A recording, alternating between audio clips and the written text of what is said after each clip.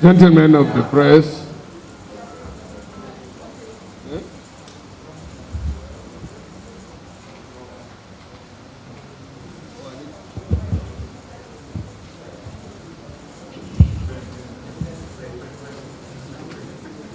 that I should chair this occasion. And to be honest, I have been thinking all alone and listening to His Excellency, and I wish that he was here physically. I guess one of the reasons why I was called upon to chair this occasion is because of my nature. And I'm trying to see whether I can compromise that or not. And I still find it very difficult. My anxiety of coming for this and chairing this occasion was the topic. The theme of this lecture is insecurity in Nigeria, restoring unity and progress. To be honest, that was what I was expecting that we cover. Fortunately, or maybe unfortunately, the guest speaker concentrated on Benue. In the Northeast, we have more problem than what is happening in Benue. Just yesterday, a local government in Borno North went down. Only God knows the number of people that were killed, and over 1,000 people were displaced to a poor country, Niger, yesterday. Let me quote the 26th American President Theodore Roosevelt. He said this as far back as 1919. He said, this country will not be a good place for any of us to live in unless we make it a good place for all of us to live.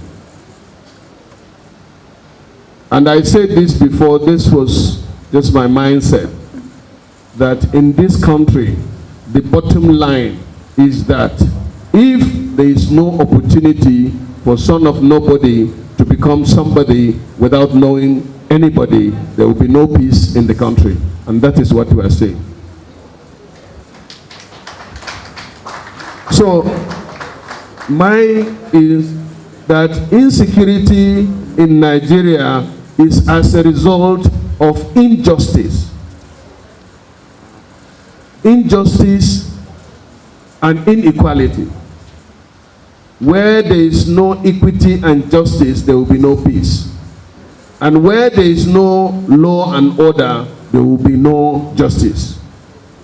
All these things that His Excellency concentrated on, especially in Benue, is because there is no justice, equity in Benue. And why is this not there? It's because there is partial or total failure in leadership from top to bottom. If you are blaming the top, what of the bottom? Or what of the position you are occupying? All of us here are Nigerians.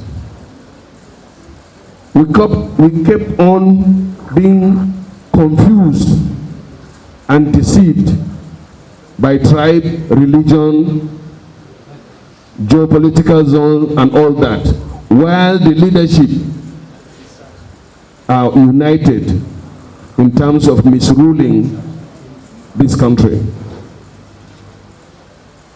They have the Governors Forum, they have the Elites Forum. They don't fight in those meetings. They sit down and romance one another.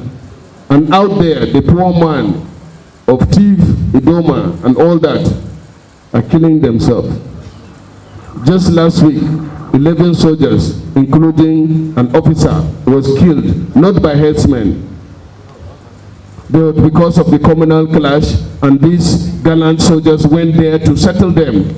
And up to now, nothing happened. 11 soldiers. if you are to a country like America or other countries that we are copying, the Benue will not sleep until they bring out those that are responsible. All we hear is that they will become, the government will come after them, we will bring them to justice, and that is it. Let us not deceive ourselves. And this deception is catching up with everybody. He himself, the governor, have become the first victim. If 2 years ago you are told that a governor will run 1.5 kilometers on his feet in order to escape this problem, and if more governors were chased, this problem will be solved. I'm sorry, sir, because you are listening, and that is me. I say it as it is. It may not be right, but I speak my mind. So, in this country, what we need is leadership. What we need is leadership. And who is responsible for the leadership? It comes back to you people that gather us here, the journalists, because you are the mouth and the ear and the eyes of the public. I have one message forwarded to me that I want to share with you on the killing of Benue, and I buy that seriously, and that's why I want to read it out to the journalists here. It affects you. Just a minute, please, bear with me.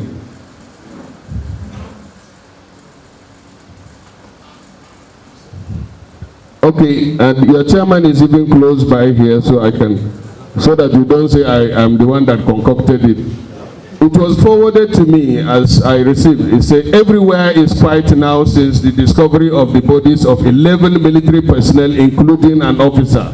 And by the governor's speech now, that officer is up to the rank of a captain in Benue. The pain of activism, Musa is here, I think. Musa, are you hearing me? Musa Rafsanjani. I'm reading one quote, and I want you to listen. It says, the pain of activism is dry. The voices of human rights activists is mute. Perhaps the life of a soldier doesn't have any value. Hypocrisy is a disease.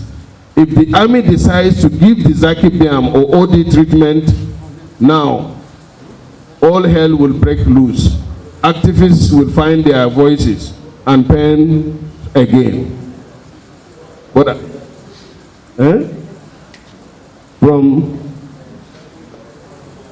Okay, I think it was from a soldier that wrote this. And truly, you can imagine if your brother or sister or son or any relative, or even as it is now a Nigerian, sacrificed his life, enrolled into the Nigerian army, and he was posted from, let's say, River State to Benue, not to fight, but to make peace between communities or community that are fighting. And then they kill 11 of them. Their rifles were taken away, and now it's taken to getting to 1 week, and all we hear is that they will be apprehended, prosecuted, and justice will prevail. We have had this in so many cases. Just today, if you read in the papers, in Cross River, 11 people in this country were beheaded. Nothing is done about that. I want to call or use this opportunity. Honestly, the reason why I'm just hovering around is because the main topic of this discussion, which is what brought me here, have already been deviated. We are supposed to talk about insecurity in Nigeria and how to restore peace, unity, and progress.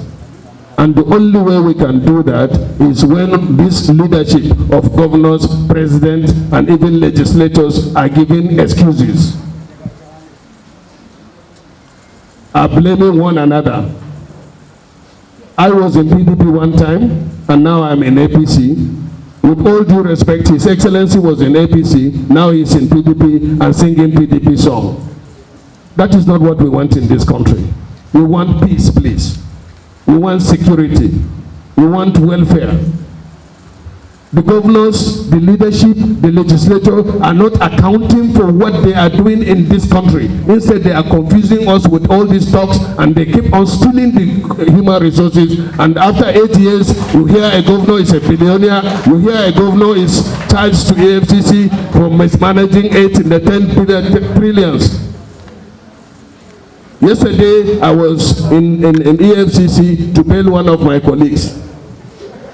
And I was joking with him, where will I see these billions so that I can take some and somebody will come and bail me after 2 weeks, and then that is the story, because that is the case in the country. So, distinguished ladies and gentlemen, I, as the chairman, I want to apologize. And I think you invited me and made me chairman deliberately, because you know that I will say what I have said. And I want to apologize if I hurt anybody or including the emotion, but honestly, what I thought we'll come to discuss is insecurity in Nigeria and how to restore peace, unity, and progress. We are more divided than before. And who are doing this? It is not what you are talking about, that foreigners are coming in. Yes, if Nigeria today we close our borders and foreigners don't come in,